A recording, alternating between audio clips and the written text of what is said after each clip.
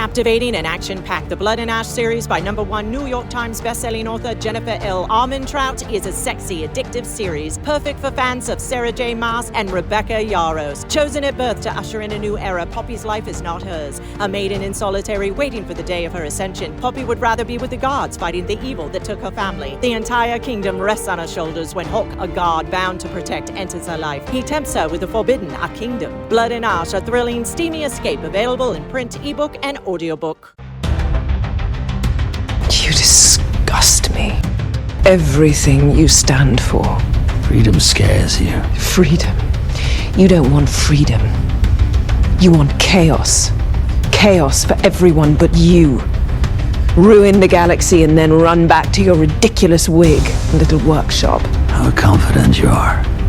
We're done here. Confident and terrified. The building is surrounded. You're finished. Now you're too late. The rebellion isn't here anymore. It's flown away. It's everywhere now. There's a whole galaxy out there waiting to disgust you. Hello there, Star Wars fans, and welcome to another episode of Road to Rebellion, the official ATG Andor Aftershow. I'm Pete Fletzer. And I am Nick Mielke, and we thank you for hanging out with us here on Around the Galaxy, which is a part of the SSW network. This week, we will be taking a look at the final week of Andor Season 2. But don't worry, we are going to be coming back next week because we want to take a look at the series as a whole. We want to look at its connections to Rogue One and dig into the legacy of Cassian Andor. And before we dive in this week, we do want to give you fair warning. This is a full spoiler show. We're talking about all of it. Everything that happened this week, things that have happened in previous weeks. So if you are not caught up and you don't want to hear us speculate on what we think it means on Star Wars lore, hit pause, go watch it, get fully caught up. You will be glad you did because you want to get all the information directly from the show, not from us the first time. But when you're done, hit unpause or come back and join us, and we will fill you in on everything you missed. We'll still be here. We'll be here. We will absolutely be here because each week on Road to Rebellion, we have unpacked the story. We've looked at the characters, the big moments, some of the little details, and everything in between. We are going to share first impressions of what we saw this week. We're going to dive deep into the themes, and most likely we're going to point out some things that didn't quite land for us. But as always, it is coming from a place of Star Wars love. All right, so let's not wait any longer. These episodes were so powerful. I think it's time we kick this off. Let's jump in with our first impressions. And Nick, I'm going to share my impressions. I'm sure you have some as well. But one of my first impressions, honestly, was that I was surprised that the first episode of this arc was so heavily focused on Luthen and Kleya. I expected to come out of the Mon Mothma rescue into, I actually don't know what I was expecting, but I wasn't expecting such a close look at the relationship between Luthen and Kleya. And if you weren't sure about how important Luthen was to the rebellion before, there's absolutely no question about it after these episodes. Yes, I agree completely. And I think especially to be in these last 3 episodes, to be all the way at quote unquote the end, to get hit with a flashback was a surprise. Yeah. Like, you know, usually you're doing your flashbacks, you're building up, you're getting to the point where you need to be. And then you're going from that point. Okay, we've made it to the present. Now we're going forward. Yep. And this, you know, threw a flashback right in our face pretty early on, which was not insignificant and I thought was done really well. But like you, it was not what I had on my bingo card for this last kicking off episode. Yeah, you know, you're right. And I think that's why it did shock me as well, is usually you're going to get some history of characters, and we're going to go into those details in just a few minutes. The other thing that I would say is, although there's really only one big twist in the ending, and we'll get to that when we get to it, it's one of the rare times where I have been completely satisfied with the end of a series. You know, usually there's a nitpick or something, but like, I think The Sopranos is the last time where when the show ended, I, for one, was happy. I know not everybody was, but I took it perfectly. And, you know, maybe because we have Rogue One and A New Hope coming after that. But how did you feel about this overall from a satisfaction standpoint? Well, you know for a fact that I love the fact that you compared it to the ending of The Sopranos, which is one of my favorite TV shows, and I watch at least once a year, put a good rewatch in. I think that you kind of hit the nail on the head. And I think very specifically, you hit the nail on the head with the fact that we have Rogue One, the fact that Rogue One literally rolls headfirst into the beginning of New Hope. We know where the story's going. We know what we've got coming. So even if you had the potential to want to say, well, this is unfinished or it's too wide open, like it's not. The thing that it's going into is right there in front of you. Yep. So if the end left you unfulfilled, hit the back button and go click on the next thing that's going to populate right behind it, which is going to be Rogue One. Yep. And the story gets to keep going. Yep. And in fact, we said last week, I think that honestly, Rogue One is episodes 13, 14, and 15. If you really look at how it breaks down, you could chop that into 3 episodes, and this could be a 5-week series instead of a 4. And then I mean, you almost what happens is Star Wars from 1977, which is what started it all, is kind of like a fun sequel to Andor at this point. Showing what they did with all that stuff. So I think it's and that's honestly, I feel like that is probably the best possible compliment you can give to this. I mean, even the Star Wars prequels, episodes 1, 2, and 3, you can make those connections, but it wasn't seamless. But this, given the challenges of a movie that is now almost 10 years old, trying to catch the tone and capture what went into what was a story that honestly, and you and I have talked about this, we've talked about it on ATG Live, a story of getting the Death Star plans, which didn't seem like that important. I mean, like, we knew it happened. It was going to be hard to make that exciting. But not only did they do it with Rogue One, they've now added 24 episodes of content that make it even better. So, look what it turned into. And I would say even just my other first impression was coming out of the last grouping of episodes last week, I had that moment where I thought, okay, we know we end up at Rogue One, but it feels like there's a lot of space left for 3 episodes. What are we going to do? Like, I really didn't know for sure where we headed. And I don't want to say that they filled time with the flashbacks, and we'll talk about that as we get into the recap here in just a minute. But I was so pleasantly surprised to go, okay, what a great way to tell the last leg of this story. I didn't know what I thought it was going to be. I knew we thought we had K2 coming on. I know a couple of, I guess, bullet points that I expected to be a part of it, but I really wasn't sure where it was going. So it was also very refreshing to come in and not feel like, oh, I predicted this was what it was going to be. Yep. Captivating and action-packed, the Blood and Ash series by #1 New York Times bestselling author Jennifer L. Armentrout is a sexy, addictive series perfect for fans of Agotar and Fourth Wing. Chosen at birth to usher in a new era, Poppy's life is not hers. A maiden in solitary, waiting for the day of her ascension, Poppy would rather be with the guards fighting the evil that took her family. The entire kingdom rests on her shoulders when Hawk, a guard bound to protect, enters her life. He tempts her with the forbidden, a kingdom. Blood and Ash, a thrilling, steamy escape, available in print, ebook, and audiobook. Well, Nick, we have given our first impressions. We've talked about what we're going to do next week, but we have a full 3 episodes that we need to recap and talk about. So why don't you kick us off? We're going to dive right into it. This was directed by Alonso Ruiz Palacios. I hope I got that name right. Wow, very good. And was written by Tom Bissell. We are 1 year later. Every time we've gotten a new group of episodes, we've gotten that BBY. So we get BBY 1. Again, if you're watching, not sure, BBY is before the Battle of Yavin. We're leading to a very specific point, which we get to in A New Hope. So it's 1 year later, and it opens with Kleya's radio going off urgently. And there's something happening, something urgent. We cut to Lonni, our friend Lonni Jung, walking the streets of Coruscant nervously. Where's he headed? Clearly in a direction. Something's not right. And then we're jumping back and forth. We're back to Kleya, loading a gun. Luthen is doing what Luthen does. He's in that fancy closet that he has, putting on the wigs, the rings, suiting up, and she hands him a gun. And she tells him, she says, look, I need you to promise me, if it doesn't look perfect, to walk away. And I love this line that he says, because we are advanced in the story. He said, I think we've used up all the perfect. And there's just that long pause. They're looking at each other. They know the end game is essentially at hand. And so then they cut from there. Luthen meets Lonni. He's at a park in Coruscant. The parks in Coruscant look great, by the way. Like, I would totally have take my pack lunch and go sit out there and watch the ducks and the Lothcats roll by. But he meets him in the park, and he's heard from a friend that Dedra is coming for Luthen. Your time's up. He's trying to warn him.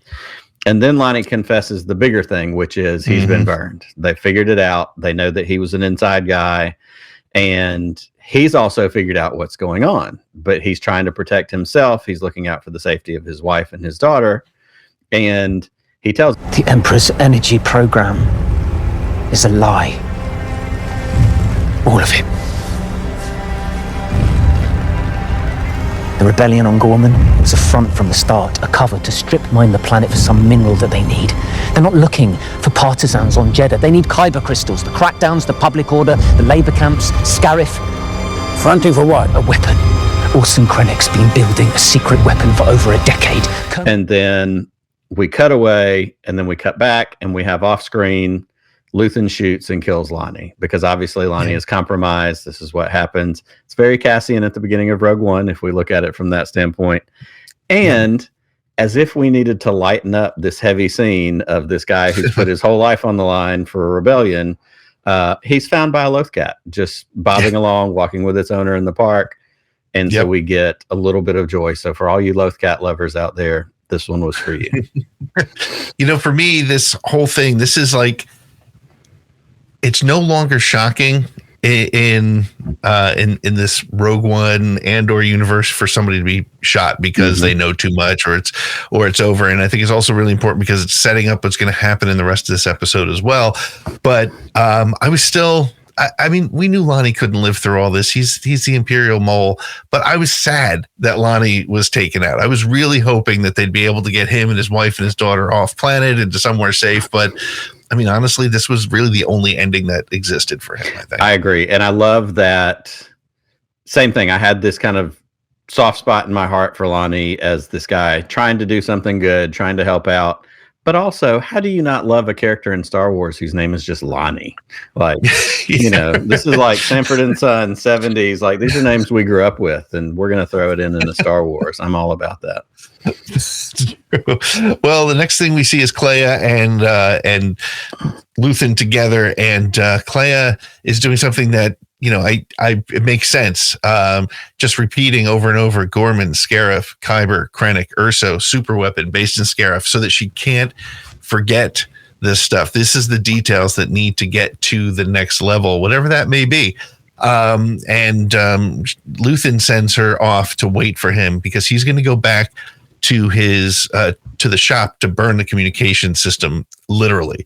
Because the other thing that Lonni, of course, told him was that Dedra's coming for you. She knows, and it's time to do it.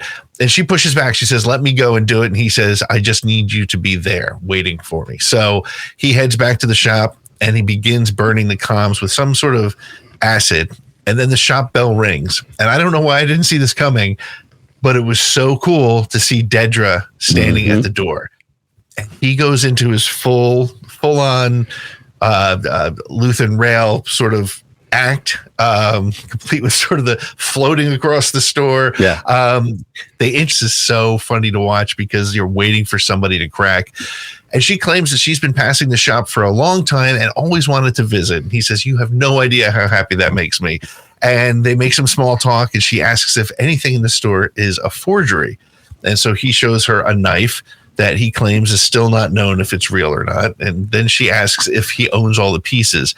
And to me, I was just starting to take that as, okay, this is like the Empire trying to, pull an IRS deal and say, okay, maybe if we can't get him for treason, we can get him for tax evasion or theft or something. And then he says, well, some of the stuff is on consignment. And then she pulls out her briefcase and offers that she may have something for him. And when she opens the case, she pulls out a vintage Imperial Star Path unit, which, if you remember from episodes, I think might have even been episode 1 of Andor season 1, this was the thing that started Cassian on his trail. He had a vintage Star Path unit, and that's what Luthen came to Ferrix to get from him. And now Luthen knows the jig is up. And she says the building is surrounded, and of course, he has no reason not to believe her. She's so proud of what she's done, And then she notices that this communications device in the back is burning. He stabbed himself with the knife that he was showing her before in an attempted suicide. She panics. Imperial medics are called in. She demands that they keep him alive. And Kleya arrives at the shop to see him being taken away in an Imperial medvac. Nick, to me, this was one of those scenes that I didn't know I needed until I saw it. And my gosh, it was one of my favorite scenes actually in the whole series. It's so well done. And it is truly the definition for me of cat and mouse. They're playing the game. They're going back. You know, from the moment she rings the doorbell. In fact, when he's back in that back room, the doorbell rings. We're like, here it is. It's coming. Like, we knew it was coming. And as soon as she, they're facing each other in the doorway, and it's go time. Like, there's only one way this ends, in confrontation. This isn't the beginning of the show where they're like, maybe they'll, go back and forth a little bit. This is the real deal. They are back and forth. They are cat and mouse. Yes. And I loved how it was done. And she played her part to the T, and he did too. And he's obviously much more rehearsed in it. Like you said, he puts on this persona. And I noticed, you said the way he floated across the shop. I noticed the way he shook her hand. He did his hand out and flat instead of kind of a more traditional macho-y man handshake or whatever it is. Yeah. Because he's a respectable, high-class business guy, whatever. I loved how this scene kept me on the edge. At any moment, she's going to reveal it. And then to drop that Star Path unit on the counter and just went, there it is. And it was really well done. So we jump from there and we go back to another character who has grown on me a lot, Partagaz. He tells Hiet about Dedra's failed attempt to arrest Axis, and Hiet tells Partagaz about Lonnie's murder. So things are starting to fall in place. They're knowing things are happening. It's not everything is not what it seems to be. The Empire is going over the shop with a fine-tooth comb. We see, and as we've done many times, looking at everything in that shop, we see there's kind of a pause over that one tablet looking piece that is the father, son, and daughter hands that we see certainly towards the end of Rebels. They're exploring his ship. They're making an attempt to rescue the comms device and figure out, can they get information out of this? Kleya sees everything that's going on, as you mentioned, and has to flee. So she heads to the safe house, which has now clearly been abandoned for a period of time. And she goes into flashbacks to when she was a child. And we've gotten flashbacks a couple of times over the course of these 2 seasons of this show, but not a dramatic large amount. So it jumps into how she and Luthen met. Luthen at that time is a sergeant named Sergeant Lear, which appears to be in the Empire. And she's a child. And so we're jumping into that at the same time, coming back to kind of real time. She is looking for equipment in the safe house. She pulls out a bag that's hidden in the ceiling, gets some pieces out of it, and is clearly putting together some sort of communications device, contingency plans on top of contingency plans. In the flashback, Luthen hears a massacre going outside the ship that he's on, and he keeps pleading to no one, make it stop, make it stop. He's clearly being affected by the horrors of this war. And I wondered at one point, Pete, because one of the soldiers came in looking for him and talked about, he said something like, if you have any fire devices, they said burn it all. I don't think this was necessarily Operation Cinder, but it gave Operation Cinder vibes as their Imperials going to planets and cleansing them with fire and burning and taking over. Yeah, I think Operation Cinder would have happened after the Emperor. That's true. You're right. Died. It wouldn't have worked. But if nothing else, it certainly shows just the brutality. It's not enough just to shoot people. It's not enough just to bomb their houses. They want to burn them down as well. So in the background, we hear children, women, men, everybody's being gunned down. And he opens a container on the ship because he hears a noise and he finds this young girl who becomes Kleya. And we jump back again, and adult Kleya is making her way to the hospital where Luthen has been taken. So, Pete, again, this is creating a moment of building their connection. And also, and I don't know that we had a lot of understanding prior to this about the potential fact that Luthen was an Imperial. So how did that I never put two and two together for that. Yeah, I never thought of that. And to me, that struck me as a really cool kind of a piece, and it kind of makes sense, right? And I mean, I was spending my time trying to figure out when that took place, because again, if this is 1 year BBY, she's a child. What is she, about 25? So this is right around the end of the Clone Wars, maybe even part of the Clone Wars. But it's really kind of one of the rare times that we see Luthen as being extremely human, right? He was so impacted by it. And again, I'm going to put this in the same category as what we talked about last week with the Gorman massacre. You don't need to see it, but you know what is happening outside of it. But it was so brutal. And you could see why any Imperial officer at some point could be pushed to the point where Luthen was. So, and I have a thought and I have a theory, and we're going to come back to it at the end because you and I texted about it after the fact. But I have some further thoughts about this particular situation and Kleya and this person, but we'll get to that here in just a little while. Cool. Yeah. No, I've been thinking about that too. We'll get to that. Little tease. That's all. Hang around. Little tease. Yes. Let's make it through the commercial breaks because we're going to be here.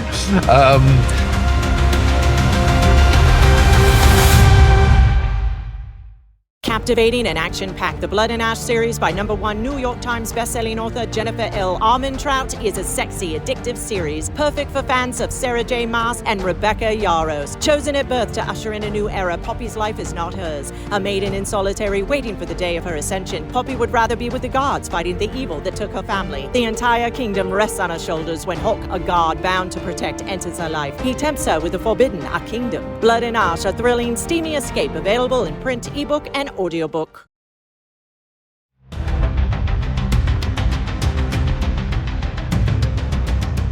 Well, a little bit, we switch back over to Dedra, who now desperately wants to keep Luthen alive in the hospital, and it's the ISB has taken over the floor. She says something like to one of the doctors that you'll be much more careful getting your patients out of here than we will, and you just know that again, just seeing the Empire in their most brutal form, they don't care that there's sick people there. They need to take care of this one patient, and that's all they care about.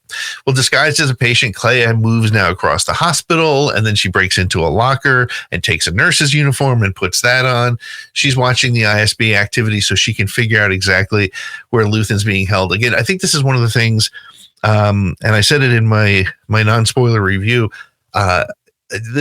the use of this character in season 1 is woefully underutilized. Correct. And to watch her do this, you also begin to realize that she's brilliant at what she does. She knew, she's watching all the right steps to get to where she needs to. Well, at a certain point, Dedra comes around the corner and there's Hirt again, and he is that's it. This is the end for Dedra. The unlikely end for Dedra is in this hospital hallway, and she says, all right, fine, let's just put it. She gives herself up at that point, because what's she going to do at that moment anyway? And I think she had a feeling that maybe, oh yeah, they'll arrest me, but then I'll get in touch with Partagaz or somebody else, and they'll go, no, she's fine, let her go. I think she kind of gave up because she maybe oversold her own importance in how this was ultimately going to shake out, is really how I read that, because she did give up pretty easy, but ultimately for her, it was about catching Luthen. Like, she's been on that train from the very beginning, and her all-in mission, as we've seen through so many different characters throughout this show in so many different lanes, was that. So I think maybe foolishly she thought, well, that's okay, they can arrest me, but all I have to do is, make my one phone call to Partagaz and everything will be fine. And it was not. So we flash back again. Kleya, still a young girl, she and Luthen, they're walking through a forest, and we kind of get maybe the earliest seed plantings of Luthen's curiosity shop, as I've come to call it, where they're making a deal for an artifact they've found with a little dealer in the woods, and they're playing father and daughter. Kleya kind of takes over the negotiation, gets the price they want, and as they're walking away, very kind of classic scene, he says, well done.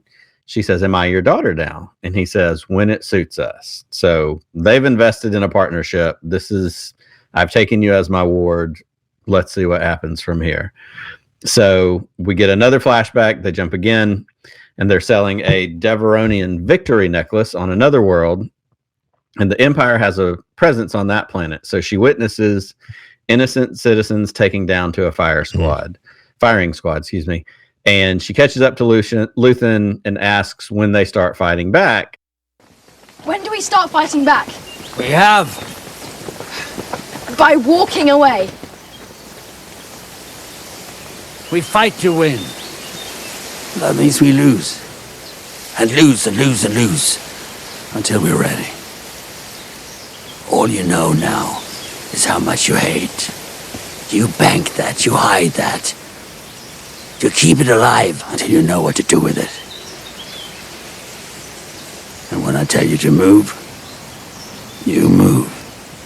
This scene with her watching the firing squad to me was phenomenal. And all props to the little girl that acted as young Kleya, because it very much reminded me.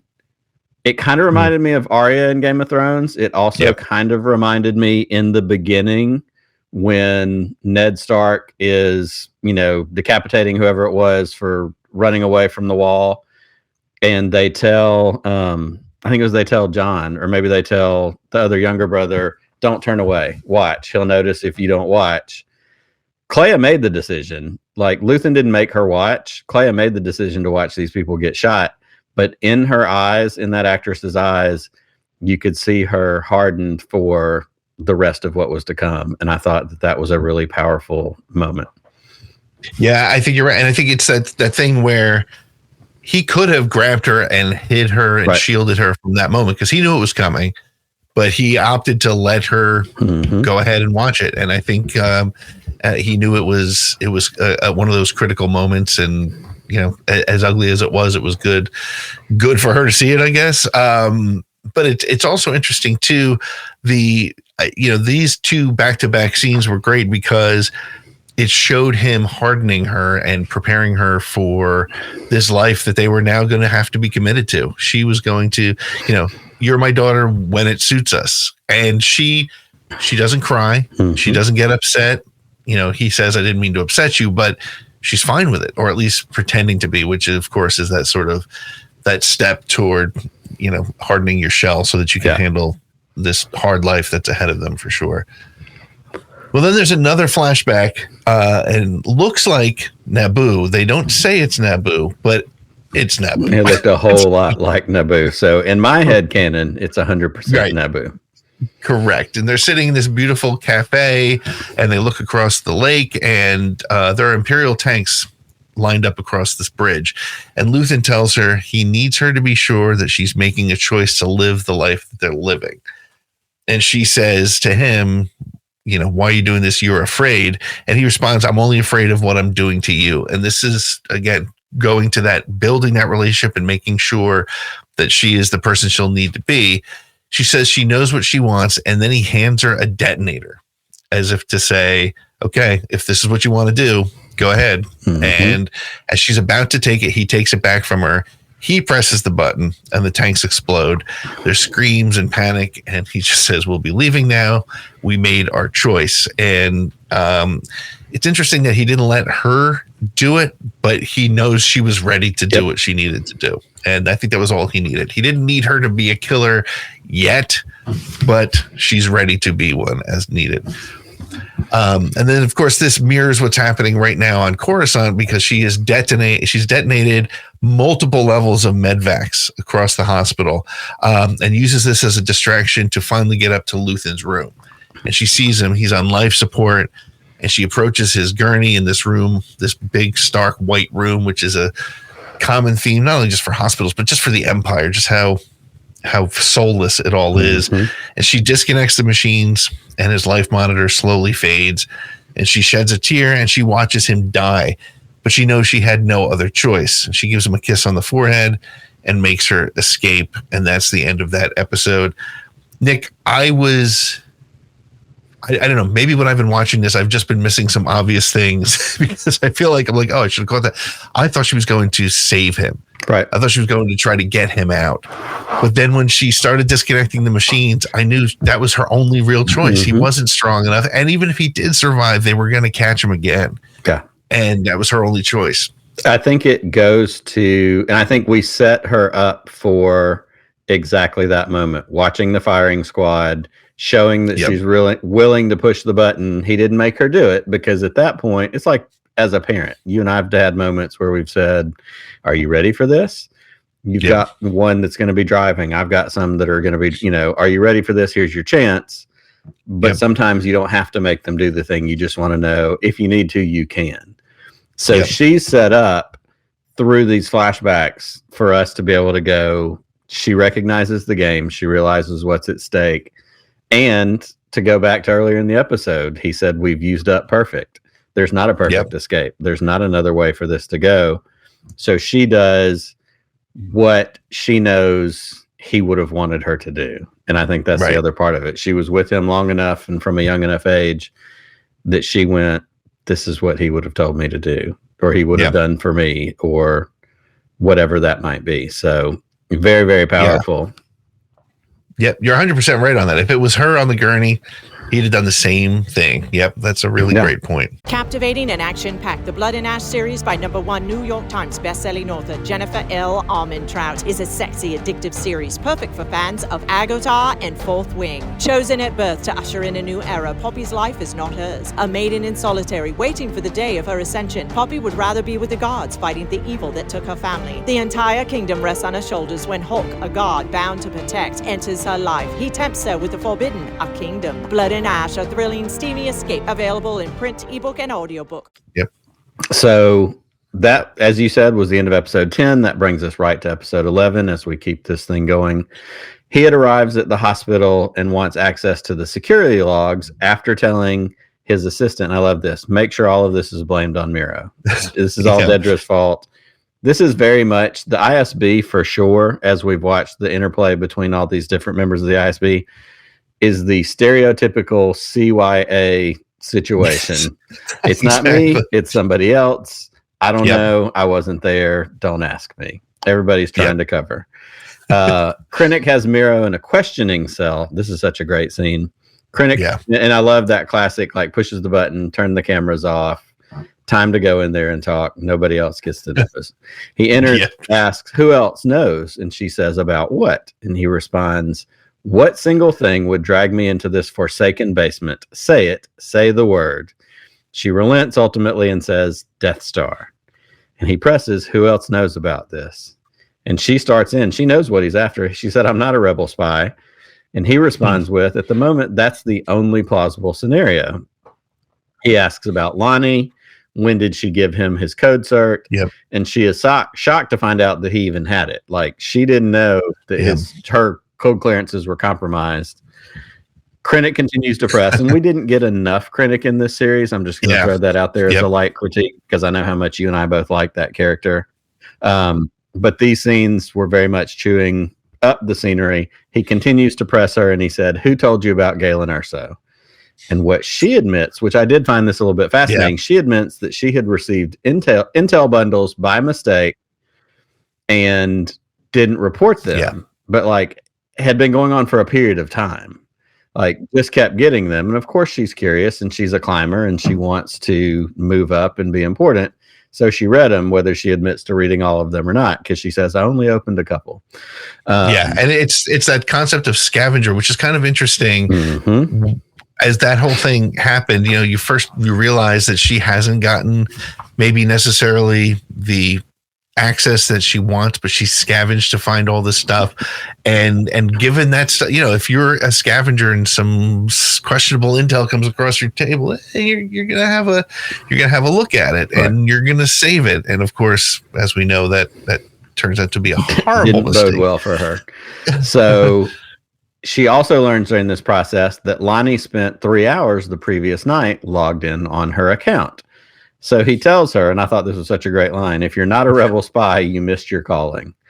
And Dedra tells Krennic that Luthen's assistant was not at the shop when she went, and that anything that he would know, she would know too. So it might be a little bit of not misdirection, but like trying to get some of the heat off of her. Look, it's not me.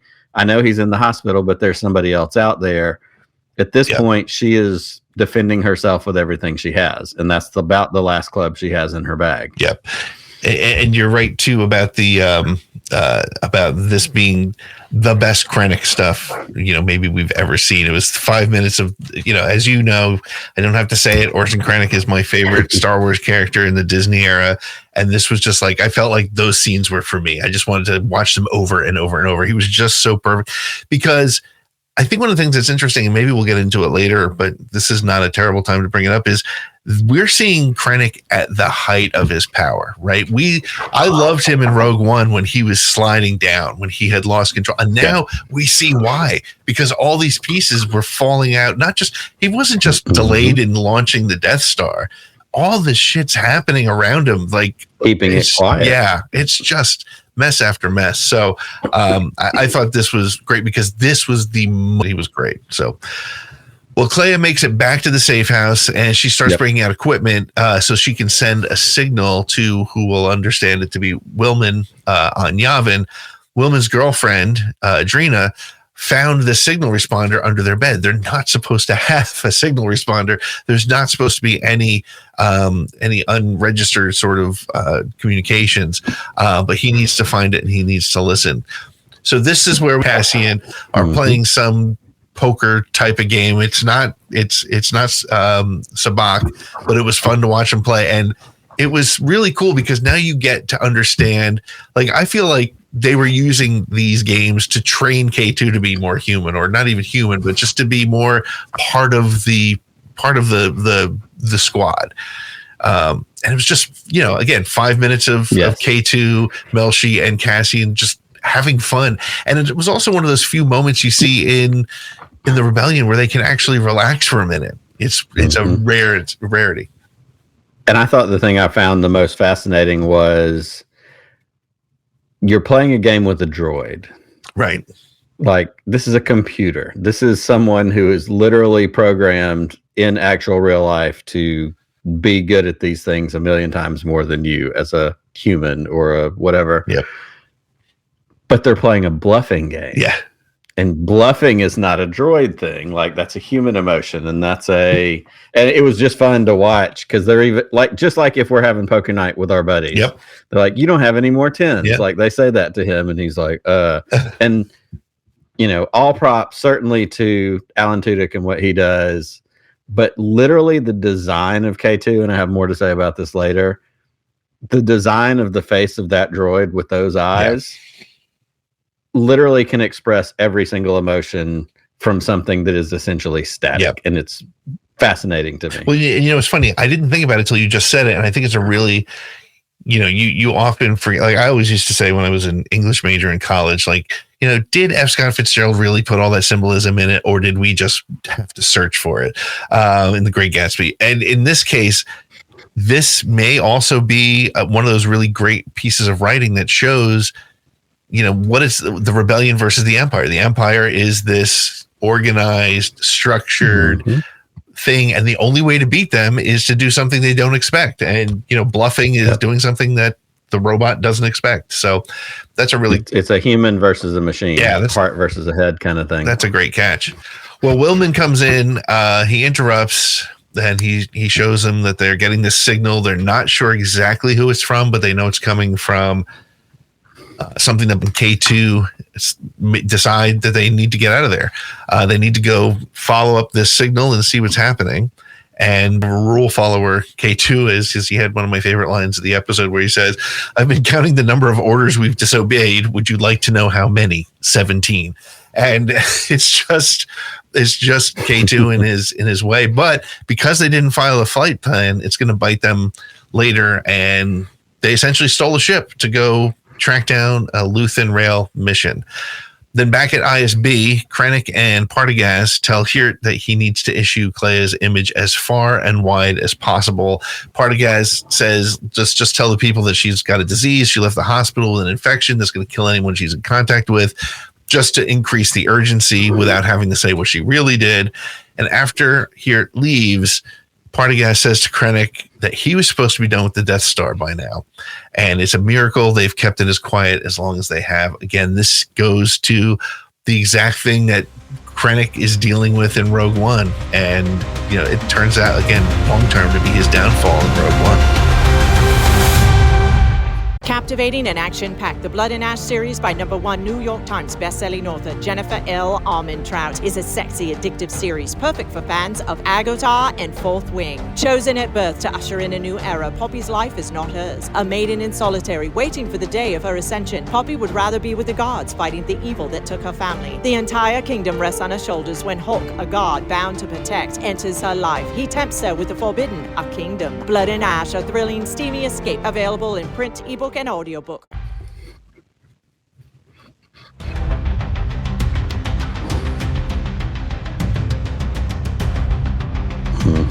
And I just want to come back to the K2 line about, do you know how many 17?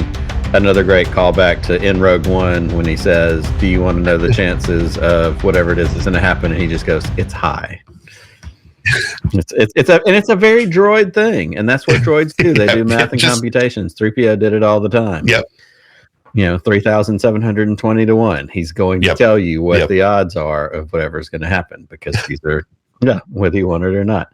Whether you want to know. But again, it or the not. interplay between Krennic and Partagaz, I think, is fantastic, because again, very misinformation, Imperial tactics, lowercase Imperial tactics, not just, the Galactic Empire tactics.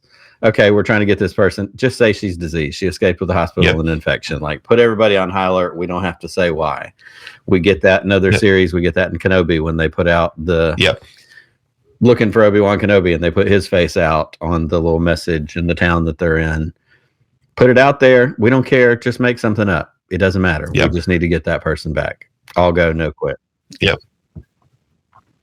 And then again, I ASB, because as soon as Partagaz gives here that information, Krennic's response is, there you have it. Why are you still here? Like, go get this shit done. Let's stop screwing around. You know what to do. Correct. Don't make me tell you again. So. Yeah. Well, and on the flip side of that coin, as we come back into the episode, we have here visiting Meero in her cell. Yep. He's coming for advice. Like, this is a guy who's barely keeping it together himself. He just happens to be the one on the other side of that door. And she figures out Luthen's been murdered. And he's hoping, it comes to her because he hopes that Dedra knows where Kleya might be. Yep.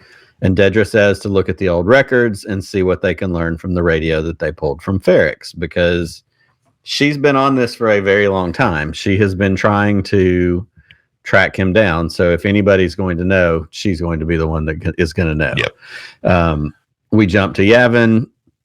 We have Wilman taking a scolding from Draven, which kind of just seems like most of Draven's existence is just to, crawl people's ass about something and then come back later and go, hey, by the way, we need you to do this.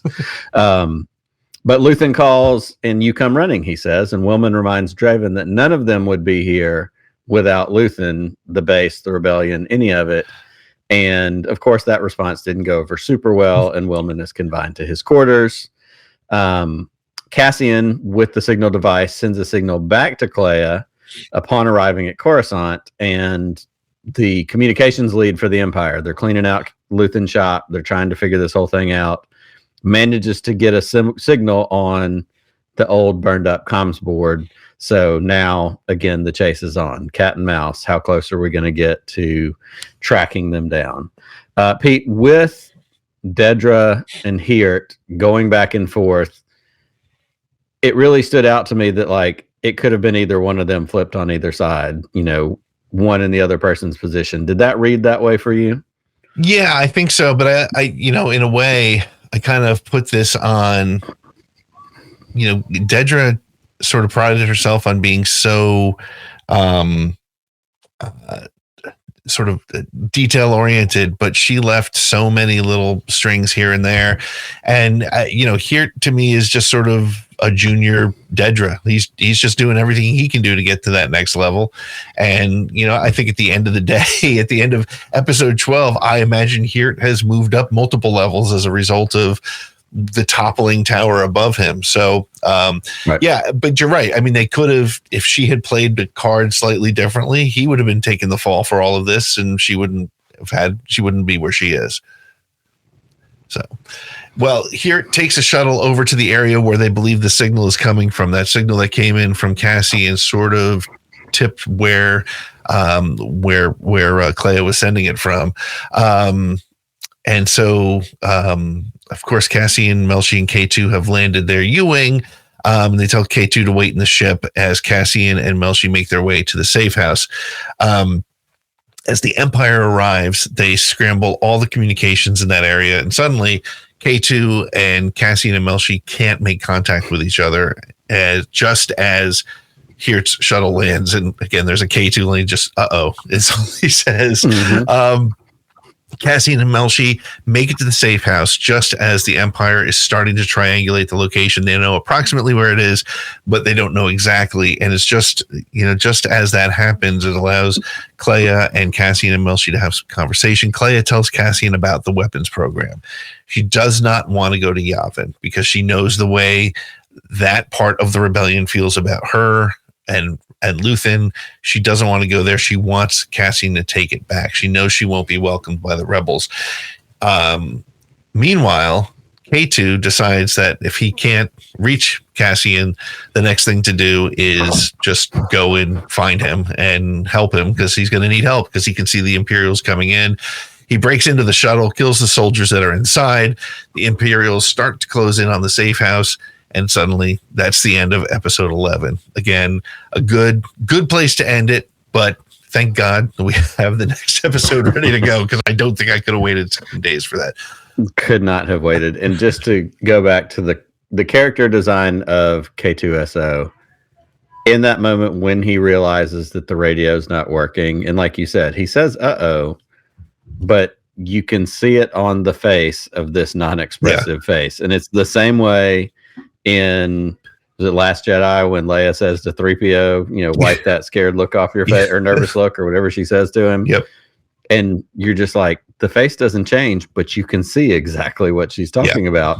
And I love that. And even just and again, shout out to the audio, the sound folks, the sound design folks, because even in that quiet cockpit, when the radio goes down and you get that little, noise that indicates something's wrong with the communications, the sound of his servos just add to the perfect feeling of there's tension and there's nervousness and this isn't right. Rant. And just every little bit of it just adds to the beauty of what it is, and it feeds the emotion of it. Well, and I always go back to, I remember seeing pictures of K2 before Rogue One came out.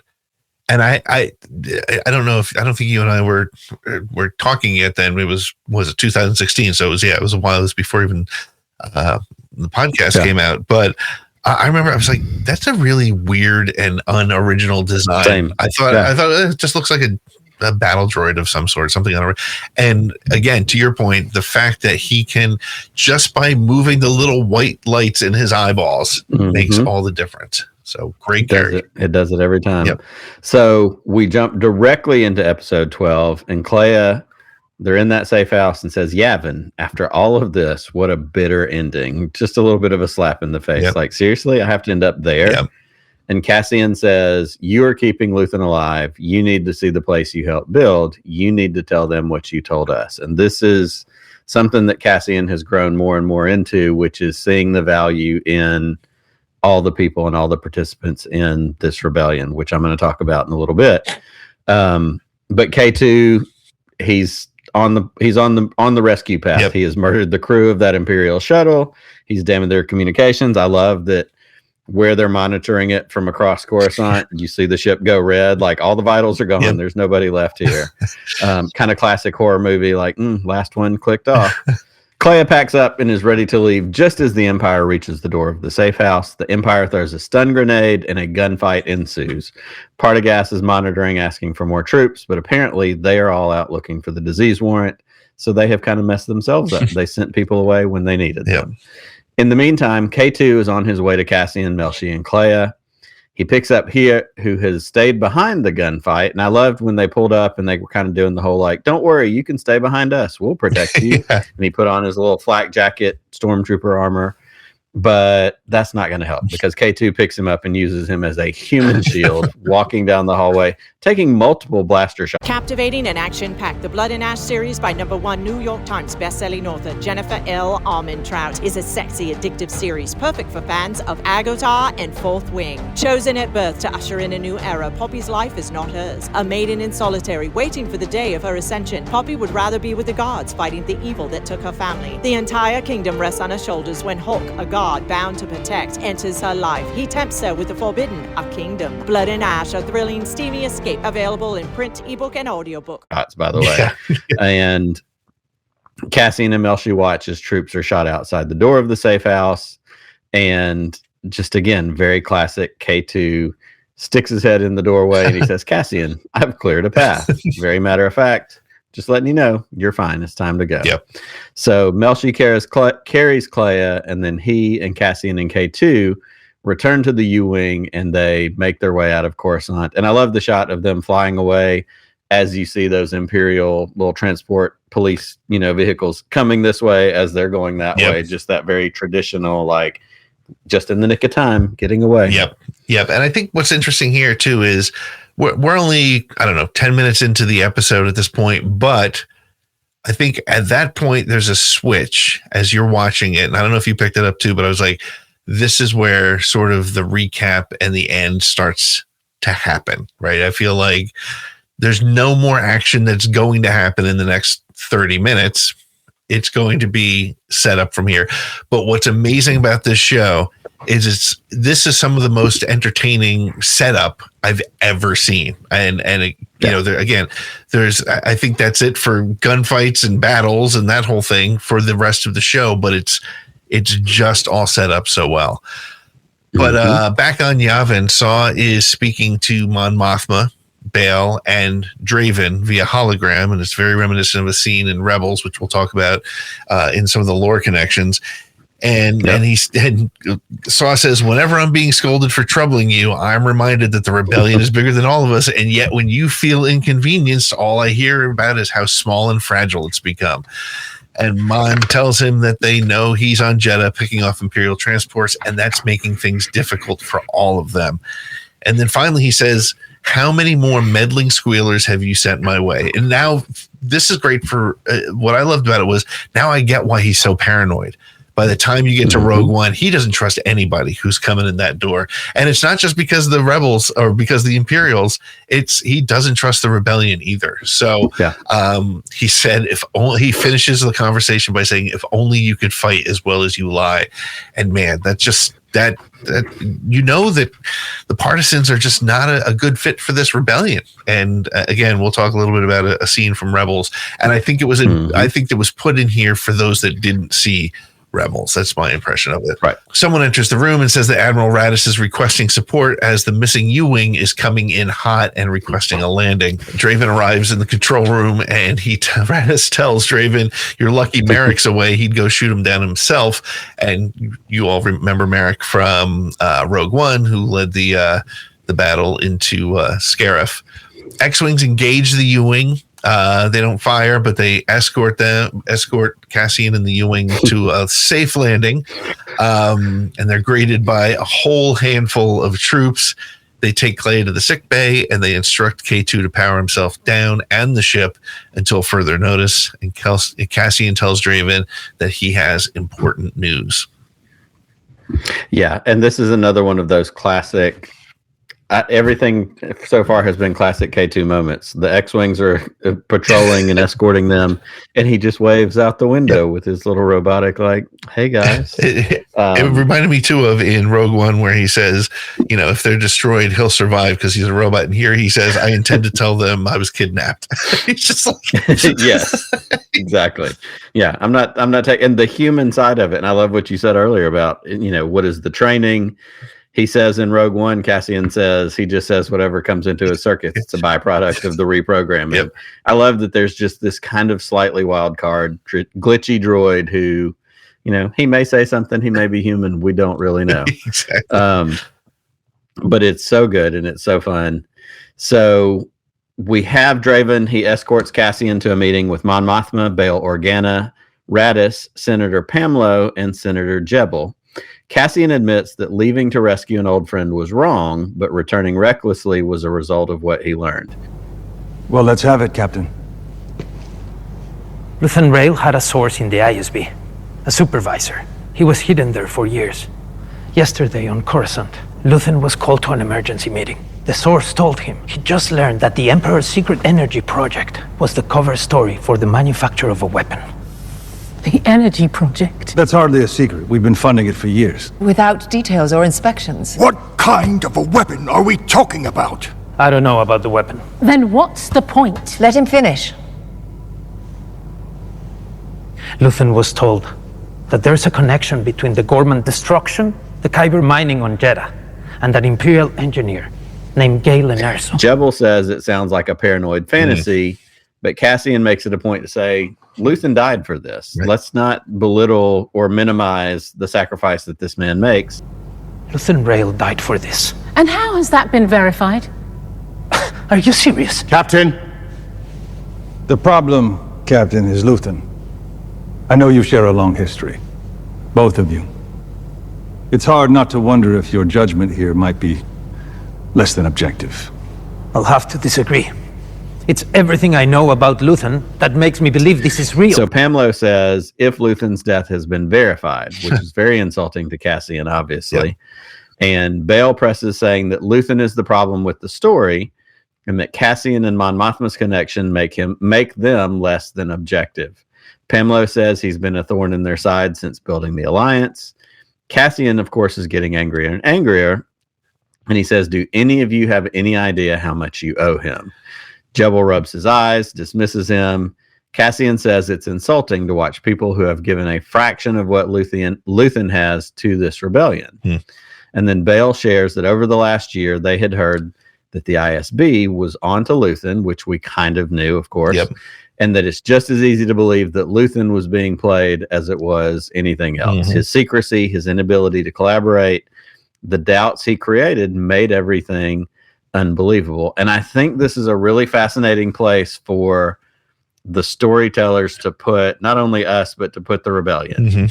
Everybody's not quite sure about anybody. I talked a couple episodes back when Bail shows up, and I felt like he's committed, but he's not as committed as I wanted him to be. Like there's how much of the middle is he playing? How much is he being safe and being careful?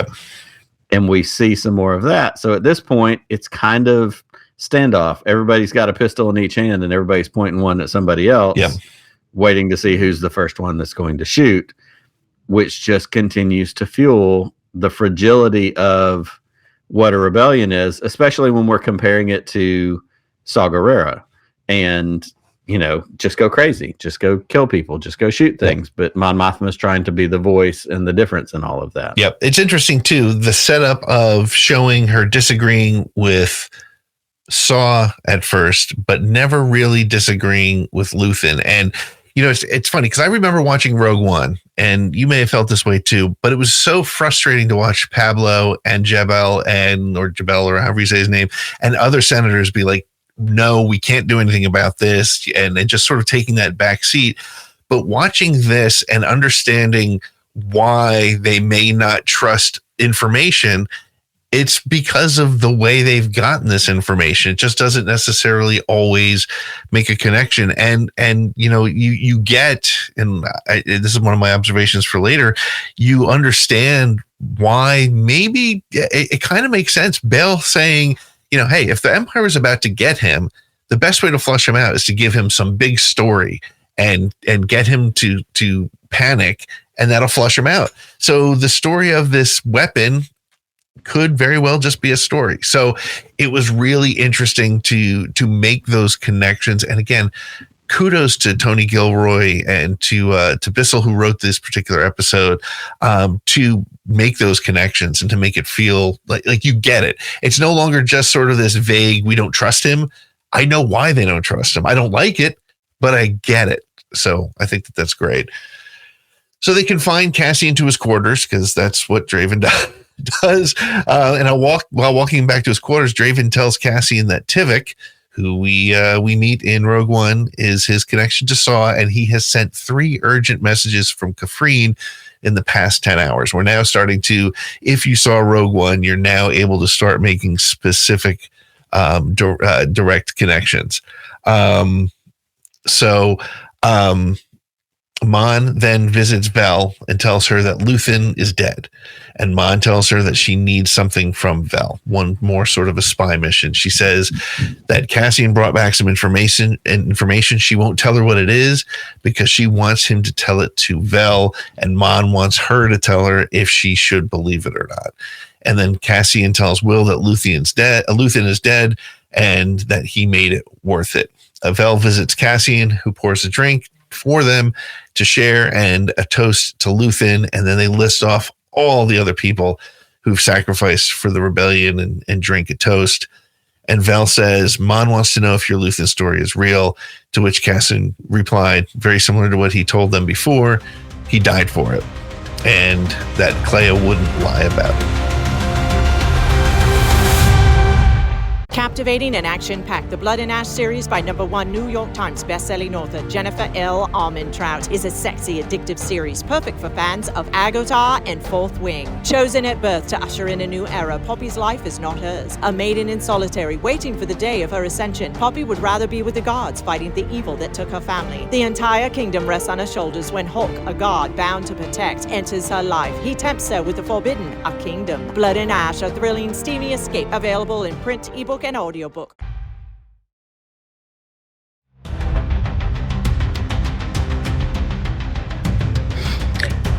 Pete, this is such a great scene, and I love the fact that Mon Mothma is still trying to figure Cassian out. Yep.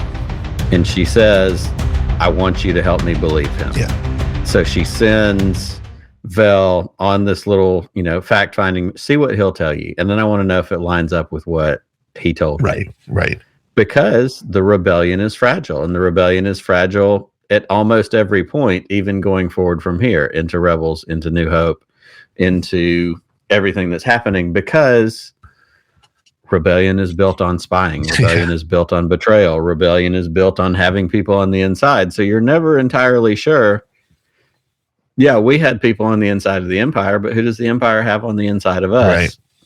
And so despite him showing up and rescuing her after her big speech, despite, the demonstrative things that he's done, like going to get Kleya, bringing them the information about the weapon, whatever he's learned, there's still that moment where she said, and I just love that line. In fact, I wrote it down. Help me believe him is what she says. Yep. And I just think that's such a great, it's a great testament to who Mon Mothma is too, because she doesn't prejudge. Yep. She's She's trying very hard, but she also has to be careful because of everything that's happened so far. Yep. Kleya pulls herself off of the machines in the infirmary. I always love when people are unplugging themselves from the hospital. A little bit uncomfortable. But as this is happening, we hear Nemik's manifesto from season 1. Yep. His words are going through. We get a couple of just kind of montage shots as it's going along. And as it finishes up, and I loved how they did this, because when I saw it the first time, I thought, okay, this is just a voiceover that is for us, the audience, as we're putting together the moves and the things that people are doing. Right. But we cut to Partagaz in, again, maybe my favorite Star Wars set is that ISB conference room that, again, looks like the inside of Spaceship Earth at Epcot. He's listening to it because he pushes the stop button and it stops. Oh, really? Wait a second. Did I miss that? Yes, he's listening to it because what's his name that comes in there to talk to him says, I'm sure you've heard this. And he says bits and pieces. Oh, wow. But okay, I didn't even so pick that good. Up. Wow. Because so it's become that thing where it's spreading, and they talk about that. It's spreading. Right. It's getting out and there. So you it is. I didn't even put that together. Wow. Yeah. You can't control the fire. You don't know where it's coming from, but it's spreading throughout the galaxy. And so I loved that moment because, and again, I have a lot of, it's hard to say you love a bad guy character, but Partagaz is so well played. And I love this character throughout the show that he has that moment and it just cuts to his hand. And I had a note earlier about all the Imperial tech in this last episode that feels like old 70s Star Wars, the way the comms look and the way the buttons look and all that stuff. and he pushes that button and it stops. And he says to what's his name that's in there with him, Legret. Legret. He says, "You've heard this," and he said, "I've heard bits and pieces. Where's it coming from? Nobody knows." And so it's that power of this is spreading and it's getting away from us is what I read out of Partagaz, hearing all of this. So I'm gonna have to watch it again. I did not pick that up. Oh, man. I watched it twice and I missed it. That part is really, really good. Because like you, I thought, it's a voiceover. That's nice. But honestly, it felt like an out of place voiceover. So now that makes a lot of sense. That's really it's going to make more sense. Cool. So Legret tells him, he says, "I'm afraid they're waiting for you, sir, downstairs," or whatever it was. And he asks for a moment to collect his thoughts. And of course, Legret leaves him to it. And he waits outside with 2 stormtroopers. And this is the scene where the stormtroopers felt very real. Yeah. Yep. Guarding the door, helmets on, blank expressions. And we see Partagaz. He's in this room by himself. He's sitting at the table. We see this great overhead shot as he puts the blaster on the table, which is not a DL-44, but it is very much in the neighborhood of a DL-44. It had like a side something added on it. And as you kind of predict and know is coming, you hear the blast from outside the room. Yep. And I love the motion. Legret just does that one, puts the hands up because the troopers start to move in, and he knows what Partagaz did. Yep. He's not going to face the consequences. He took his own life because he knows what's waiting for him. He saw what happened to Dedra. He knows what's coming for Dedra. He knows every other person that's been in one of these situations. The Emperor doesn't have grace. There's not, "Oh, well, you messed up, try better." Apology accepted, Captain Nita. Right. He knows where things are headed. Yep.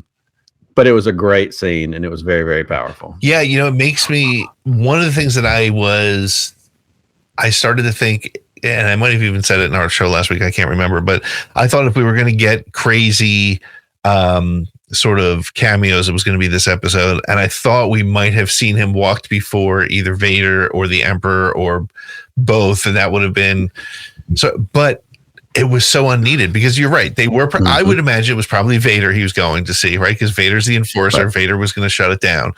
But he didn't make it. And I thought that was great. I really feel like if Vader was in this episode, that's what we would have been talking about for the last 20 minutes. That's right. And I think the same thing with the Emperor, yeah. I'm sorry, because I had several moments when I thought, of course they can throw Ian McDiarmid, even in a hologram, something like that, a little walk by, a little, kind of like they did in Acolyte, a shot from behind, something having to face the music, the doors closed, we know what's going to happen. I love that it's the scene that could have had more, but didn't require more. They shot it in exactly the right way to leave it on the table without having show, don't tell. Yep. Is what it was. Yep, for sure. It was powerful. And I think of all the characters who have died in this series, I'm most disappointed Partagaz died. Like you said, I just he's a bad guy who's just done so well. So, and I love, and just to give credit to the actor, and now I'm blanking on his name. Anton Lesser. Anton Lesser, yep. Absolutely. All the credit to Anton Lesser, because Anton Lesser plays Qyburn in Game of Thrones, and I hated him from the beginning because he did that so well. He was Cersei's little lackey who came in. He was the whatever his name is, and he didn't get his chain because he was outside the law and experimented and did all that crazy stuff. And he played that so well, and he did it in such a good way. But as soon as Partagaz showed up in the show, I was like, I like that. There's something about that guy that's like your grandfather who's probably seen some stuff, but also at the end of the day would pour you a drink and be like, let's just sit down and talk. Very, very well done. Yep, it really was. Well, Kleya stumbles through the rain on Yavin as we return, and we see Vel leaving Cassian's quarters, and she says that he should reconnect with Bix. And he says, well, once this whole thing settles down, maybe. And as Vel enters the evening night, she says, well, don't wait too long. And then Vel finds Kleya and gives her jacket. And then back at Vel's hut, she tells Kleya that she's sorry about Luthen, and that Kleya says it had to be done. Again, sort of what we said when we saw it happen in episode 10 of this series. So Kleya, though, is lost. And it's interesting to see her like that again. She's been played so well as such a mastermind, but she's truly lost. And she says, Luthen always told me not to go in unless I know how I'm going to get out. And then she says, I have no idea where I am. And then Vel gives her I have friends everywhere. You're here with friends. And so even though, the leadership of the rebellion may not have been welcoming of her, there are people who she's worked with who are there and supporting her. And that probably makes a huge difference for her. Melshi and K2 have been released and they return to their quarters with Cassian. Draven has brought them back and he is waiting to speak to Cassian outside. And Draven tells him that Tivik is only on Kafrene until tomorrow. He offers Cassian that Jeddah has 2 Star Destroyers overhead. There's these facts about Jeddah and that an ISB mole and Luthen were dying to get the rebellion in motion. And he says, if this is all a trap, it's a brilliant way to spring it. And so Draven has bought in. Cassian asks how he can get to Kafrene, and that's where we end up meeting him in Rogue One. Then we cut to a scene where Cassian is dreaming of his sister. And we see a cup with water dripping into it on Kenari, and then we see Cassian's sister, and she says, Cass, and then he's woken up. Nick, what are you thinking on this? It's really hard, and I don't think, because of course there's a little bit of an age difference. Looking at the actors, it's hard not to want to think they were trying to plant a seed that maybe Kleya is Cassian's missing sister. Found on a planet. Cassian, obviously, we see in the first season, the little kids, there's things going on with the Empire, rescued by Marva, all that kind of stuff. And then we have, what if his missing sister is one of these other kids? But now that's making me doubt, even as I'm saying this out loud, when he's looking for his sister in the first episode, how old was his sister? Like, does he tell us, oh, she was a teenager, we were together 2 years ago? Or have I not seen my sister since she was 7? Right. I don't remember, but I will say, living in the moment, and this is where I'm going to let my fan card not be in jeopardy for not knowing every single fact and detail. Right. Living in the moment of watching these episodes, all of a sudden I sat up a little bit straighter in my chair and went, are they trying to tell us that Kleya and Cassian are brother and sister, and this is how they found each other or got back together?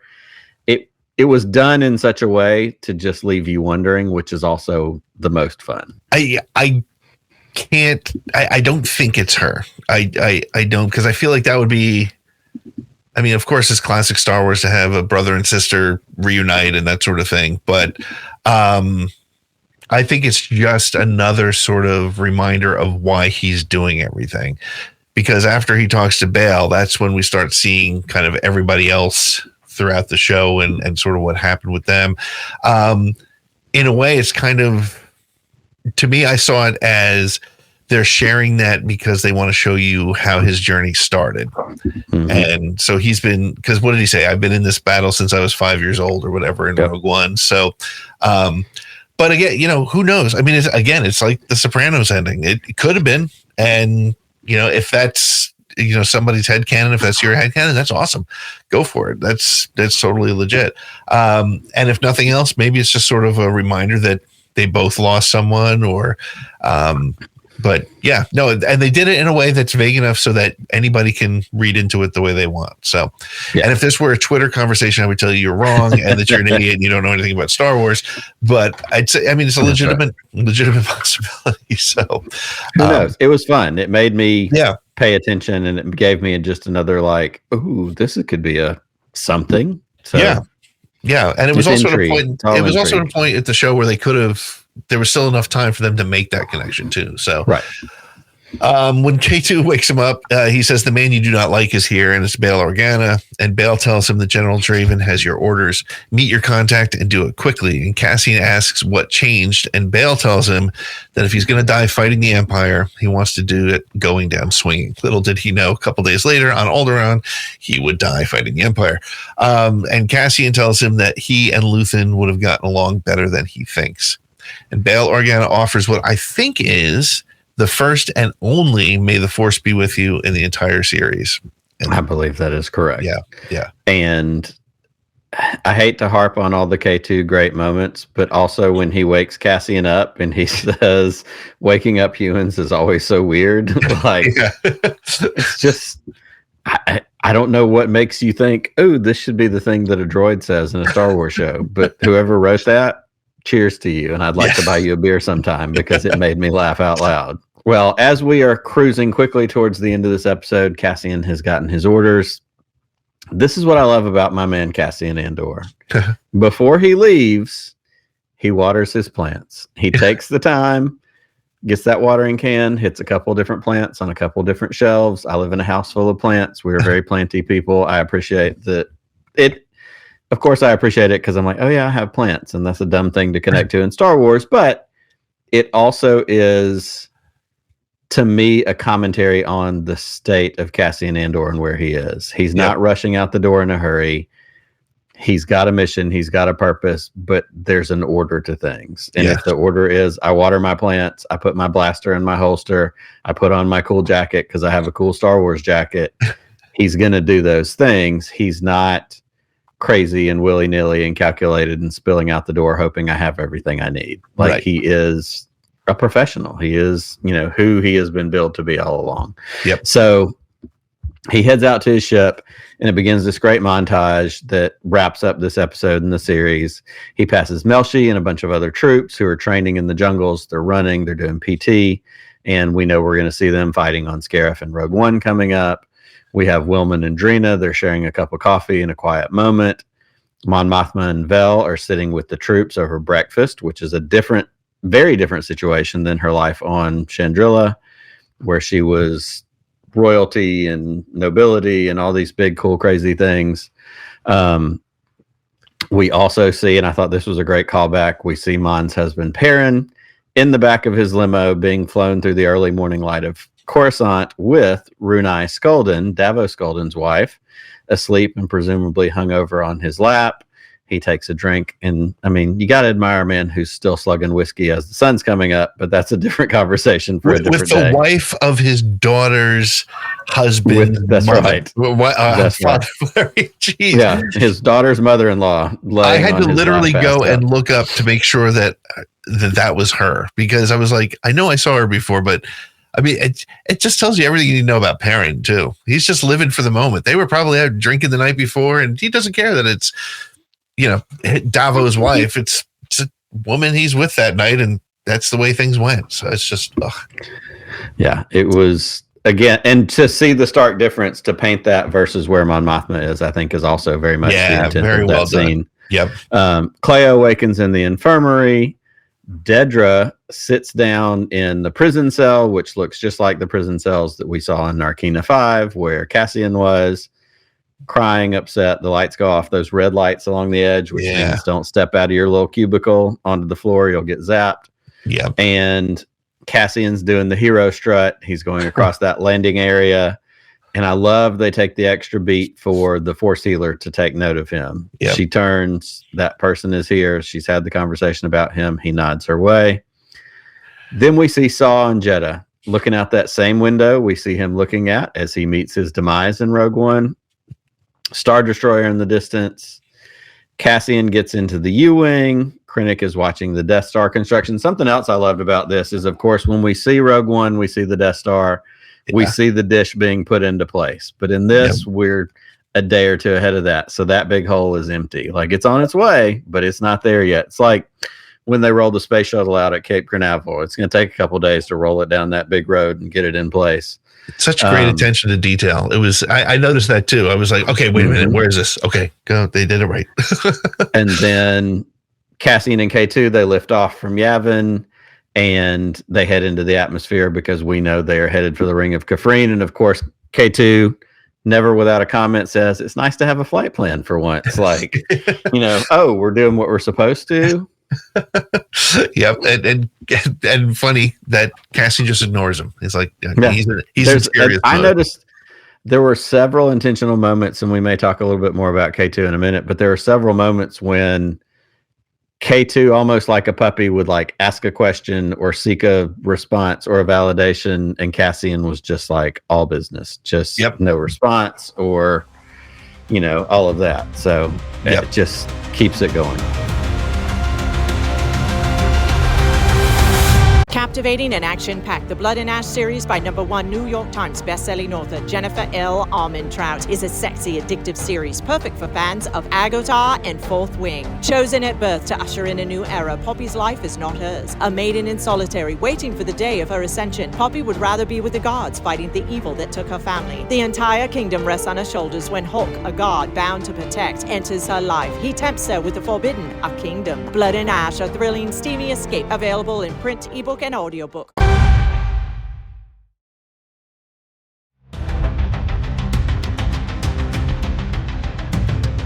And then, at the end of season 1, there was an after credit scene. There is no after credit scene here, but this last one, much like the scene where Bix took out Dr. Gorst, we get a scene which plays a lot like an after credit scene. Back on Mina Rao, we see B2 Emo playing with other droids, which made me very happy that B2 is okay. And I felt like, okay, they're just going to show us that B2 is okay. That's fine. The camera pans back to to one of the wheat fields, and we see a dark-haired woman, and she's carrying something. And as we come around, we see that it's Bix Colleen, and she's holding a baby. And she looks out onto the horizon and tells the baby it's okay. And she smiles, and then the smile turns a little sad. And then she looks across the horizon, and then there's a quick snap to black. Nick, it's obvious. We're not even guessing here. That's obviously Cassian's son. And or daughter, but I'm pretty sure it's a son. I just have that feeling from, I don't know. Were you surprised by that? Because that's really the only 10 out of 10. Yeah. 10 out of 10, no notes. Thought it was exactly the right way to end. And I even think, because as soon as it happened, I was like, the thought I had was, of course. And I think she knew when she left. I don't think this was something that she figured out after she left, purely because I think she did truly have Cassian's motivation for the rebellion, and knowing that if she stayed, he wouldn't do what he was meant to do. Yeah. But I think she also knew she was pregnant. And so that was only going to jeopardize him even more. And so the pressing nature and the urge to get out for his sake, for their sake, for all of it, was very tragically poetic. We talk a lot in Star Wars about poetry and how these things rhyme, but this is life going out. Cassian's life is going out. He's going to make this big sacrifice, and this new life is coming in the form of his child, with his lover, who said, you have a purpose to save a lot more people. It's not just about the kid.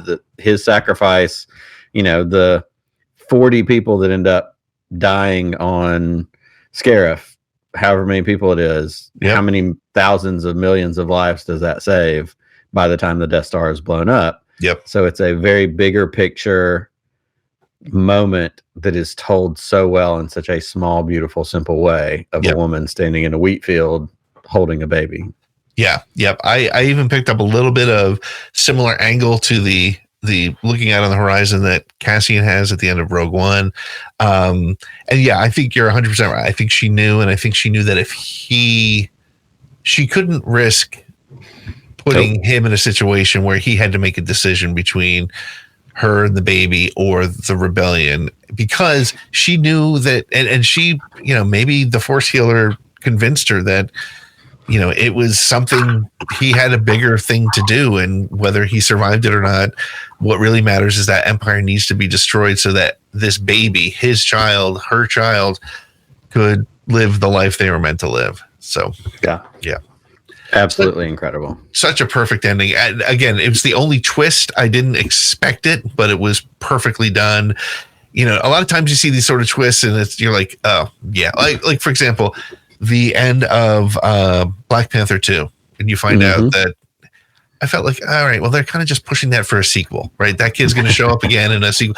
Like, we'll probably get a book somewhere about, Cassian Jr. somewhere, but it didn't feel like it was there for a sequel. It just felt like it's the final note on Cassian's story. This is why it all happened. So Well, Nick, this is the part of the show where we take a deep dive into some of the themes and some of the storytelling. And, I think we've been pretty lined up on themes for the first 3 weeks. I wonder if we are here because to me, the theme of these last 3 episodes was the difference between sacrifice and cowardice. And from Kleya having to sacrifice her father figure to Lonni literally sacrificing himself to get information about the Death Star to Luthen. I mean, he had to know whether the Empire caught him or Luthen got him. He wasn't getting out of there alive. To Bix sacrificing her life with Cassian, as we just talked about, to raise this child that he's never going to know. To looking at things like the cowardly suicide of Partagaz versus facing the consequences. And, because to me, it's brought home when Cassian tells Will, again, it's a 30-second scene, but he just says that Luthen made it worth it, right? He died, but he made it worth it. But I also might say that there's selfishness that comes with that sacrifice as well. The way Luthen operated with that sort of approach made it difficult for the rebellion to trust him. And so, it's sacrifice and cowardice, but it's also to a degree, how you're going to play the cards you've been dealt. I agree with you, certainly on the sacrifice part. I'm going to take a different tact when it comes to the cowardice side of it.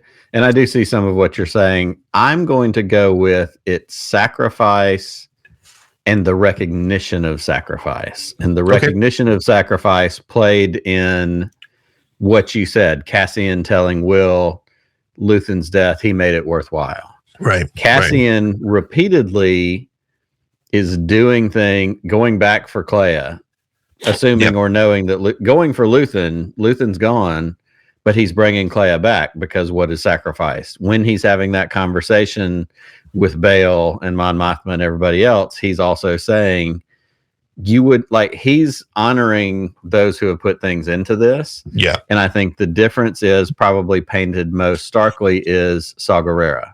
Yep. Saw is potentially making sacrifices on behalf of other people, but it's just a part of the deal, not we should honor this. We should. Yeah. And I don't see it as Saw making sacrifice. I see it as him just like, he plays a different type of game. He's just roll through the middle, right? He's not willing to, he's not strategic. Sacrifices, he knows they're coming, but he wouldn't even call them sacrifices. He'd just sort of call them, the consequence. Yeah. Cost of doing business. Yep. Yeah. So I think for me, it's very much about watching Cassian, and I'm going to get to this when we talk about my MVP, but he's seeing the cost that everyone else is paying. And he's kind of he's the one that's saying it out loud. Everybody else is seeing it. Mon Mothma has seen it. Right. Bail is seeing it because he's got a family and he's on the hide. But Cassian's the one that's saying it out loud and making sure that it's not just getting pushed aside in the midst of the machine that is the rebellion. Yep. I would agree with that for sure. Well, speaking of that, tell us who your MVP is for this week. So my MVP is ultimately a toss-up. It was Cassian and Kleya. Yep. I went with Cassian in the end simply because, and I know that seems like an easy choice. The show is his name, for crying out loud. But over the course of the 4 weeks that we've done this is when Cassian comes into full Cassian. The full Cassian that we meet in Rogue One. Determined, mission-driven, all the pieces have fallen into place. The base is there. And in the process of finding who Cassian Andor is ultimately going to be, by the time that flash goes off on the beach in Scarif at the end of Rogue One, the humanity has come in to undergird everything that he is. Yes, he shoots his guy at the beginning because he can't climb out and he's going to get captured. Right. But it's also, he sympathizes with Jen after he goes to kill her dad. He is carrying the flag for Bix and for Vel and Kleya and Cinta and Will and Nimic and every single person who has been a part of his journey and a part of this rebellion that he is a key portion of. He is the flag bearer for their sacrifice, which I really think was delivered very, very poetically in these 3 episodes. Yeah, I mean, I can't disagree with that. I mean, and ultimately, yes, sure, it's named after him and all, but the reality is he is the reflection of all those sacrifices. You know, when he and Vel do the toast, all those names he touched in one way or another, right? So, yep. Yeah, no, I think that's a good pick. Captivating and action-packed, the Blood and Ash series by #1 New York Times bestselling author Jennifer L. Armentrout is a sexy, addictive series, perfect for fans of Sarah J. Maas and Rebecca Yarros. Chosen at birth to usher in a new era, Poppy's life is not hers. A maiden in solitary, waiting for the day of her ascension, Poppy would rather be with the guards fighting the evil that took her family. The entire kingdom rests on her shoulders when Hawk, a guard bound to protect, enters her life. He tempts her with the forbidden, a kingdom. Blood and Ash, a thrilling, steamy escape, available in print, ebook, and audiobook.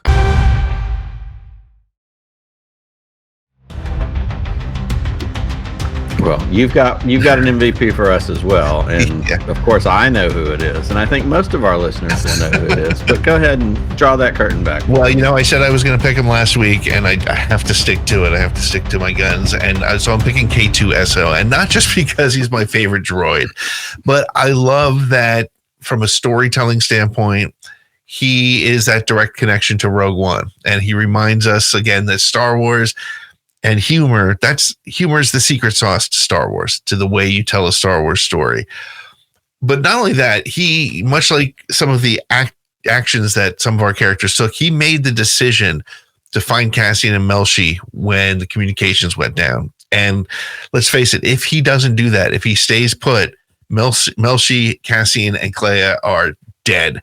And all of Luthen's work is for nothing because it never gets out of Coruscant. So to me, I feel like that was a really important kind of, not just as a character, but an action that he took that makes him my MVP for this week. So, well, let's talk a little bit about lore connections. You know, there was, we talked about it before, the Lothcat that finds Lonni dead on the park bench. We've seen him in Rebels. We've seen him in Ahsoka. We've seen him in Mandalorian. They're the official pet of Star Wars characters, I'm sure. Yep. We also, in Luthen's shop, we get a close-up of the hands from the mural in Rebels that represent father, son, and daughter in the Mortis arc of Clone Wars. It's obviously not the one from Rebels because that was much larger, but you know, some sort of a direct connection to that. But it's absolutely the same thing, same art, same all of that. Which again, that's what a great. Let's just give again props to the directors, the creators, the production designers. Yeah, what a great way to feed the Easter egg machine. Yeah. By putting Luthen's cover as an antique / curiosity shop. Yep. Because we've had the Gungan shield things in the first season. We see some Indiana Jones stuff, which of course nerds like me love. Yep. There's the headdress. And again, none of them necessarily have to be like, that probably wasn't Padme's little Naboo headdress, but it was a Naboo headdress. Yep. And so we all look at it and go, ooh, I know that thing. Yep. Without it being, oh, hey, Din Djarin, here's your long magnetic, rifle from the animated holiday special, which that's not wrong either. Please don't hear me say that. But it was a brilliant way to draw, kind of like, what's his name in the Solo movie, the bad guy, in his pleasure yacht. He has all the antiquities, and he has the blue skull from, the cover of the old Star Wars books. Like, it's a great way to throw Easter eggs in with antiques. So I loved that. And it's kind of a cool way too, to remind us something I think is easy to forget when you watch a show as serious as Andor and as dark and as brutal as Andor. And then you watch a show like, even Obi-Wan, which, had its dark moments, or Mando or Ahsoka, or the animated shows. It's a nice little reminder that all this stuff happens in the same galaxy. It all is happening at the same time, and you can have one look for this and another look for that, and still tell stories that are connected. And they don't need to look and feel the same, but they are all little connectors in there. So yeah, and I think that is something that we're going to do. We've talked about a little bit. We're going to do a 5th episode to wrap up this entire series and how it connects to Rogue One and beyond. And I think we're going to spend a little bit of time digging into some things like production design and Easter eggs and some more of that kind of stuff. So I'm excited for us to spend a little bit more time with that coming up. For sure. Well, a couple more lore connections we saw on Jeddah.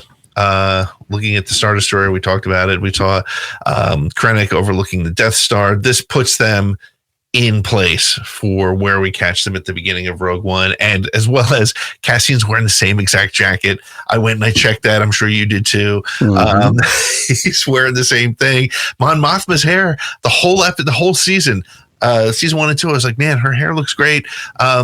She looked really not. She had like a bowl cut practically. She's got that military base haircut now. Yeah, and the fine salons of Chandrilla and Coruscant are gone. Right, it's very utilitarian now. And they don't. But that's a detail they could have left out. Nobody would have pushed on it. Captivating and action-packed, the Blood and Ash series by #1 New York Times bestselling author Jennifer L. Armentrout is a sexy, addictive series perfect for fans of Agotar and Fourth Wing. Chosen at birth to usher in a new era, Poppy's life is not hers. A maiden in solitary, waiting for the day of her ascension, Poppy would rather be with the guards fighting the evil that took her family. The entire kingdom rests on her shoulders when Hulk, a guard bound to protect, enters her life. He tempts her with the forbidden, a kingdom. Blood and Ash, a thrilling, steamy escape, available in print, ebook, and audiobook. It was cool. It was something we picked up. Nick, we talked a little bit about it before, the scene between holographic Saw and Mon Mothma and the scene in Rebels season 4, episode 3. Talk a little bit about that if you can. Absolutely. And I think that this is, I have such a deep love for Rebels, and that scene that happens in Rebels, it's in season 4, episode 3, which is called In the Name of the Rebellion, part 1.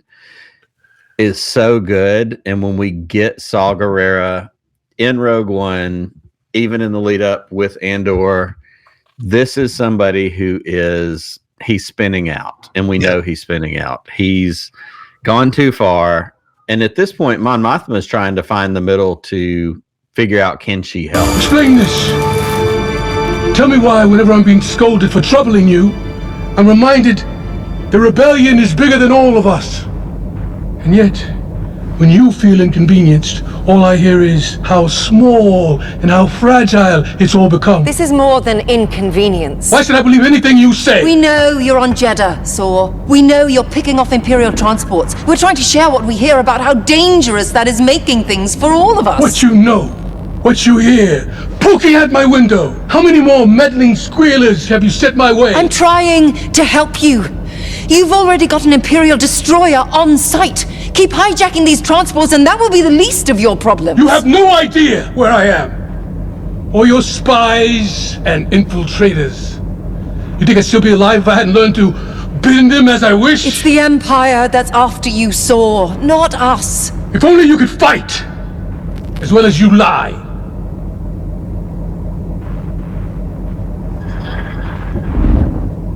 Like, she's kind of pleading, saying, we actually are on the same side, but you're going too far. You're picking people off and we're trying to protect you. And he's done. He's not hearing it. And he's always pushing. And that's that whole thing. I love when they get off the call. She says to Bail, she says it makes being in the Senate seem easy. Which was a great, just little line. And so then when we get to that episode of Rebels, this is the one where they're trying to take over the communications tower. Yep. And the rebels want to tap the tower so that they can monitor Imperial ship movements, all that kind of stuff, because they've already had one big run-in with the fleet and took a huge loss. But of course, Saw Gerrera's move is what? Blow it up. Let's just take the whole thing out.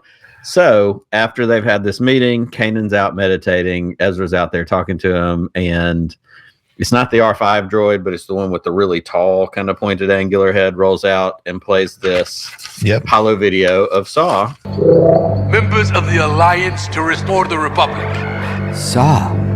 Your losses today stemmed from your leader's cowardice, their unwillingness to take decisive action against the Empire. So long as our allies in the Senate have hope of a peaceful resolution to this conflict, I will not risk... If you continue to allow this war to be fought on the Empire's terms, not yours, you are going to lose. If we degrade ourselves to the Empire's level, what will we become? There she is! That's the leader the rebellion needs! Where is that fire, that passion, when your people need it most? I hope, Senator, after you've lost, and the Empire reigns over the galaxy, unopposed, you will find some comfort in the knowledge that you fought according to the rules. The same way he makes the comment in this episode when they're on the hologram. So that's that same thing, those same moments that are running parallel to each other of the tension between Saw Gerrera, the partisans, this far extreme version of the rebellion, where Mon Mothma's side is trying to avoid civilian casualties, is trying to make sure it's that we're not becoming who we're fighting against. Correct. Which is ultimately what it becomes. And so I love that we get that same thing, chest up, the hologram, it mirrors, even having Benjamin Bratt in as Bail Organa. Yep. You know, I think the Rebels version is drawn to look a little bit more like Jimmy Smits, but it wasn't hard to watch that and imagine it being either one of them. Sure. Yep.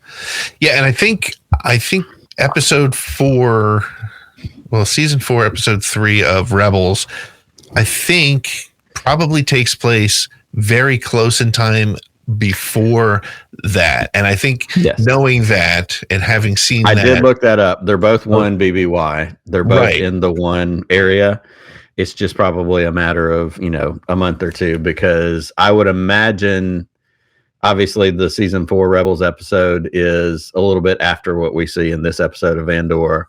Okay. But they're, I think it's after, because everything's progressing. The Death Star's out there. They're trying to figure out how to get the rest. But you could be right. It could be before, because otherwise the focus of Rebels would be the Death Star plan. So yeah, so the reason they're kind of concurrent right there. Yeah, the reason I think it's before is because if you see if Cassian leaves to go to Kafrene, that's just 2 or 3 days before Leia gets the plans. So I think again, either way though, if they're the same day, it doesn't matter, because they're connected. You're right. It would have to be before, because by the time they have the plans, everything's in motion. Like, that's the only thing that's on the plate. So this is happening. They're trying to figure out ship movements, troops, things. So this could be in and around Cassian running to Coruscant to help Kleya. This could be, somewhere right before that. So I think you're right. It does have to be before that. So I'll mail my fan card into whoever I need to turn it into. I'm so disappointed. I'm so totally ruined it on this one. Yeah, but you could say anything after you pointed out that Partagas was listening to Nemec's manifesto. That literally blew me away. I hope you picked that up while you're listening, because I was like, whoa, I didn't even get that. So no, but I think I do love that they made the effort, because to your point, Nick, that is one of my favorite scenes in Rebels, when they face off, when Saw and Mon Mothma face off. And I'm glad they made the effort to put another one in this for the people who 90% who watch Andor will not have watched Rebels. They missed that really important scene. They could have, look, if you relied on everybody to watch every piece of Star Wars, you could have lived without that scene, and it would have worked because of what happened in Rebels. But by doing this, it also then sets up Rogue One a little bit better too. And I've said it once, if I've said it 100 times, if you haven't seen Rebels, highly recommend. Do yourself a favor. Go do it. It's not a kid's show. You might think it's a kid's show. Phenomenal. It is the best. It's some of the best Star Wars out there for sure. Well, Nick, that is going to wrap it up for this week's episode of Road to Rebellion, the official ATG Andor Aftershow. Thank you so much for joining us on this journey as we've broken down each arc of Andor Season 2. And just because the show is over, that does not mean we are done. As I mentioned before, we're going to be back next week, and we're going to look at the show as a whole, the entire Andor story, and the legacy of Cassian and all of the characters we have met in this, connections to Rogue One, New Hope, and probably some more connections to Rebels as well.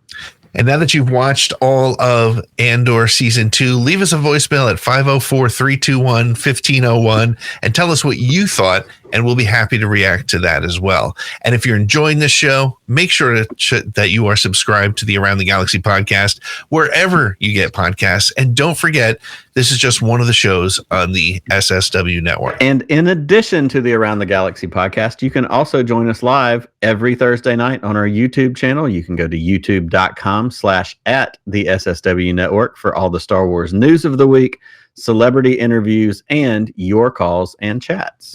And if you want to support what we do, you can also head on over to patreon.com/the SSW network, and you'll get early access, exclusive content, and a chance to be a part of the best Star Wars community out there for as little as $3 a month.